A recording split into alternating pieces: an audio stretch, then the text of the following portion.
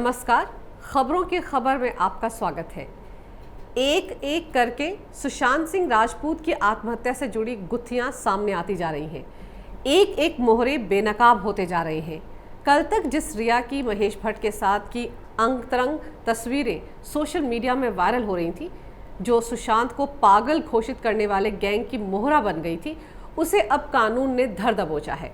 उसके खिलाफ बिहार में सुशांत सिंह को आत्महत्या के लिए उकसाने का केस दर्ज कर लिया गया है।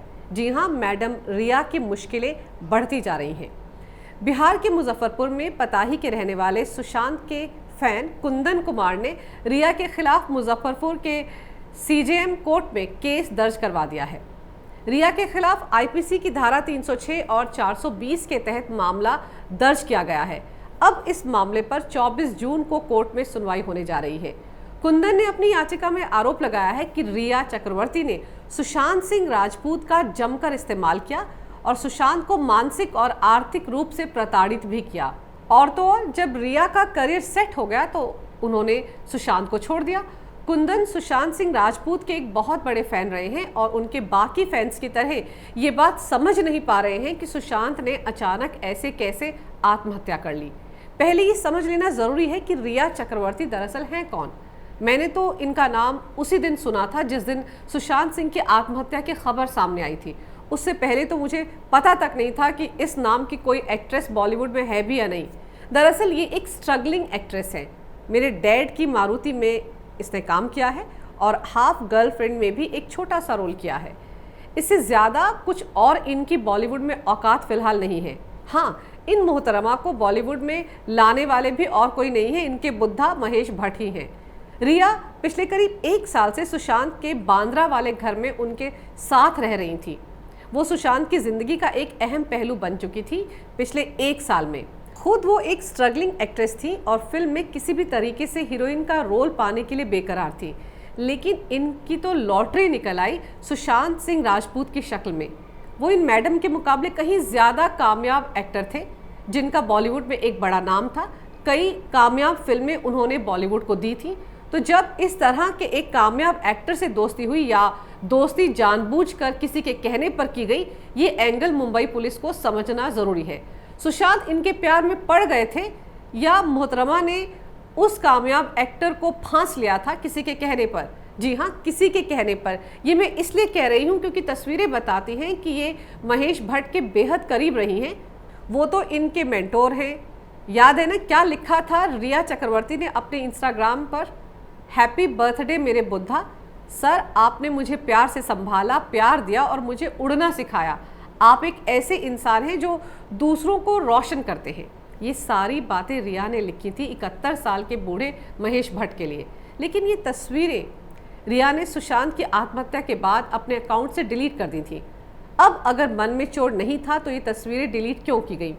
अगर ये तस्वीरें वाकई कोई नापाक रिश्ता नहीं दिखा रही थी, तब इन तस्वीरों को डिलीट करने की ज़रूरत क्या थी?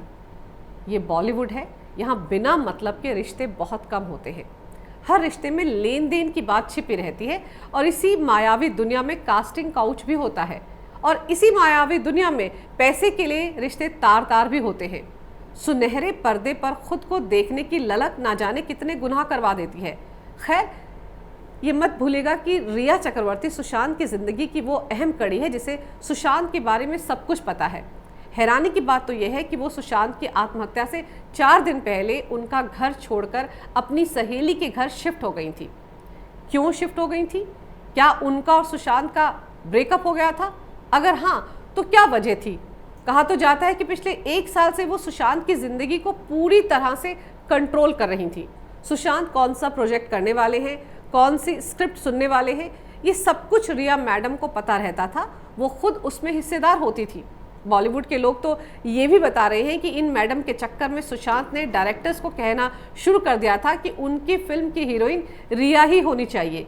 ये क्लॉज भी वो अब अपने प्रोजेक्ट के साथ जोड़ने लगे थे। तो समझिए कि वो कितनी अहम बन चुकी थी सुशांत के लिए, या यूँ कहें कि किस तरह हावी हो चुकी थी सुशांत के दिलो दिमाग में। ऐसे में कहीं ना कहीं रिया चक्रवर्ती की गतिविधियां भी शक के दायरे में आती हैं। हालांकि मुंबई पुलिस ने 18 जून को उनसे करीब 11 घंटे तक पूछताछ की थी। बताया जा रहा है कि पूछताछ के दौरान रिया ने पुलिस को बताया कि वो सुशांत से पहली बार यशराज फिल्म्स की फिल्म मेरे डैड की मारुति की शूटिंग के दौरान मिली थी। इसके बाद कई पार्टियों में मुलाकात के बाद दोनों अच्छे दोस्त बन गए। फिर दोनों की दोस्ती प्यार में बदल गई और वो सुशांत के साथ उनके बांद्रा वाले घर में शिफ्ट हो गई। पर सुशांत की आत्महत्या से 4 दिन पहले वो सुशांत का घर छोड़कर क्यों चली गई थी? इस सवाल का जवाब उन्होंने पुलिस को दिया या नहीं, इस बारे में तो कहीं कोई खबर सामने नहीं आ रही है। लेकिन फिल्म डायरेक्टर रूमी जाफरी ने इस बारे में काफ़ी चौंकाने वाला खुलासा किया है। उनका कहना है कि उनकी आने वाली कॉमेडी फिल्म में सुशांत और रिया दोनों काम कर रहे थे और इस प्रोजेक्ट को लेकर सुशांत काफ़ी एक्साइटेड थे और ये भी कहा कि दोनों रिलेशनशिप में भी थे। अब सवाल ये उठता है कि अगर रिलेशनशिप में थे, लिव इन में रह रहे थे, तो सुशांत की आत्महत्या से 4 दिन पहले रिया कहाँ और क्यों चली गई थी? सवाल ये भी है कि क्या जिस तरह से फिल्म डायरेक्टर्स पर सुशांत को फिल्मों से हटाने का बॉलीवुड गैंग का दबाव था, तो क्या रिया भी किसी दबाव की वजह से सुशांत को छोड़कर चली गई थी? इस बीच एक और अहम खुलासा हुआ है। मुंबई पुलिस ने सुशांत की फाइनेंशियल एडवाइज़र प्रियंका खिमैनी से भी जब पूछताछ की, तब पता चला कि सुशांत 3 कंपनियों के मालिक थे। इनमें से 2 कंपनियों में रिया चक्रवर्ती डायरेक्टर थी। सुशांत ने पहली कंपनी साल 2018 में खोली थी, जो आर्टिफिशियल इंटेलिजेंस, वर्चुअल रियलिटी और ऑगमेंटेड रियलिटी पर काम करती थी। सुशांत की दूसरी कंपनी का नाम विविड रेज रियलिटिक्स है। ये नाम उन्होंने रिया के नाम पर ही रखा था। ये कंपनी भी मिक्स्ड रियलिटी और तकनीक क्षेत्र में काम करती है। सुशांत सिंह राजपूत की तीसरी कंपनी का नाम स्वास्थ्य कल्याण और एजुकेशन रिसर्च, और ये कंपनी इंटेलेक्चुअल प्रॉपर्टी पर काम करती है। अब मुद्दा ये है कि रिया ने पुलिस को पूछताछ के दौरान ये नहीं बताया कि सुशांत की 3 कंपनियां थी और 2 में वो खुद डायरेक्टर थी, और तो और एक कंपनी में तो रिया का भाई शौविक चक्रवर्ती भी एडिशनल डायरेक्टर था।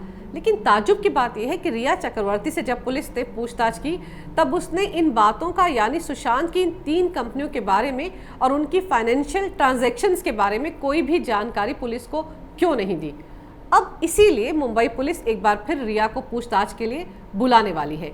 अब सवाल ये भी है कि जब सुशांत ने अपनी कमाई का इतना बड़ा हिस्सा इन 3 कंपनियों में इन्वेस्ट किया था, तो रिया, जो कि एक स्ट्रगलिंग एक्ट्रेस है, उसका तो 1 रुपया भी इन कंपनियों में नहीं लगा था।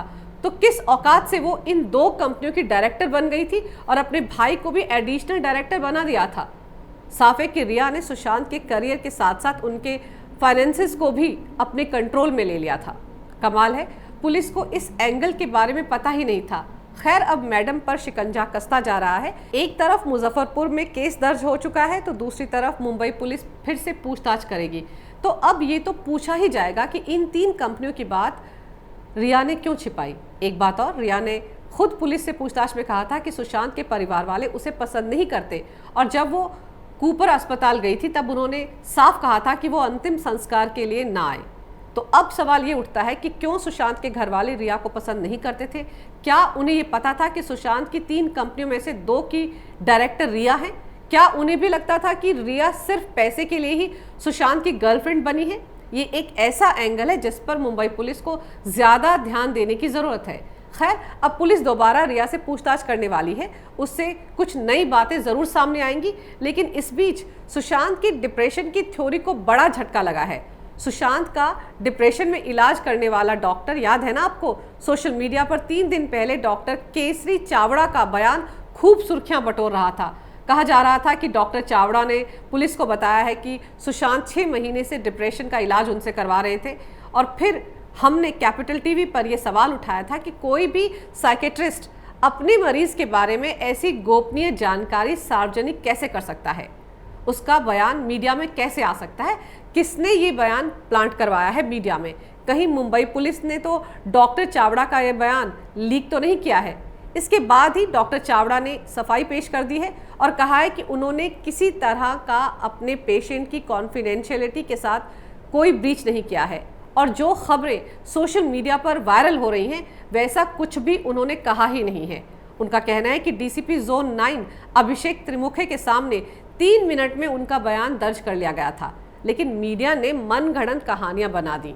उनका कहना है कि मुंबई पुलिस ने भी उनके बयान से जुड़ी कोई भी जानकारी सार्वजनिक नहीं की है। खैर, डॉक्टर चावड़ा को याद आ गया है कि अपने मरीज से जुड़ी जानकारी को सार्वजनिक नहीं करना चाहिए। ये कैपिटल टीवी पर दिखाए गए वीडियो का ही असर है। कि उन्हें कॉन्फिडेंशियलिटी क्लॉज का ख्याल आ ही गया, वरना इससे पहले तो डॉक्टर चावड़ा सोशल मीडिया पर अपनी तस्वीरें देख देख कर निहाल हो रहे थे। खैर, सुशांत सिंह राजपूत की मौत से जुड़ा सच सामने आना ही चाहिए। उनके फैंस जानना चाहते हैं कि ऐसे कौन से कारण थे कि उन्हें ये रास्ता चुनना पड़ा। वैसे उनकी मौत का जिम्मेदार बॉलीवुड इंडस्ट्री के भाई भतीजावाद यानी नेपोटिज्म को ठहराया जा रहा है और मुजफ्फरपुर के सीजेएम कोर्ट में सुशांत की आत्महत्या के मामले में स्थानीय वकील सुधीर कुमार झा ने सलमान खान, आदित्य चोपड़ा, करण जौहर, संजय लीला भंसाली और एकता कपूर के खिलाफ याचिका पहले ही दायर कर दी है। साफ है कि फैन सुशांत सिंह राजपूत की संदिग्ध हालात में हुई मौत की वजहों की तय तक पहुंचना चाहते हैं, जानना चाहते हैं कि रिया चक्रवर्ती की क्या भूमिका है इस पूरे खेल में और बॉलीवुड के नेपोटिज्म ग्रस्त प्रोडक्शन हाउसेस ने कैसे इस एक्टर पर बैन लगाकर उनकी जिंदगी को मुश्किल बना दिया। अब तक मुंबई पुलिस कुल मिलाकर 16 लोगों से पूछताछ कर चुकी है और रिया को फिर से तलब करने वाली है। तो कह सकते हैं कि फिलहाल इस पूरे मामले में रिया चक्रवर्ती ही एक ऐसी कड़ी है जो बहुत कुछ जानती हैं पर बता रही हैं थोड़ा थोड़ा। कैपिटल टीवी लगातार ये बात कह रहा है कि मुंबई पुलिस का ट्रैक रिकॉर्ड ठीक नहीं है। इस तरह के मामलों में मुंबई पुलिस निष्पक्ष होकर जांच पड़ताल कर ही नहीं पाती है। इसीलिए इस मामले को सीबीआई को सौंपा जाना चाहिए ताकि बॉलीवुड की काली दुनिया की हकीकत के साथ साथ सुशांत की मौत का सच भी दुनिया के सामने आ सके। अगर आपको मेरा ये वीडियो अच्छा लगे तो कृपया इसे लाइक करें, शेयर करें और हमारे चैनल को सब्सक्राइब ज़रूर करें। देखते रहिए कैपिटल टीवी।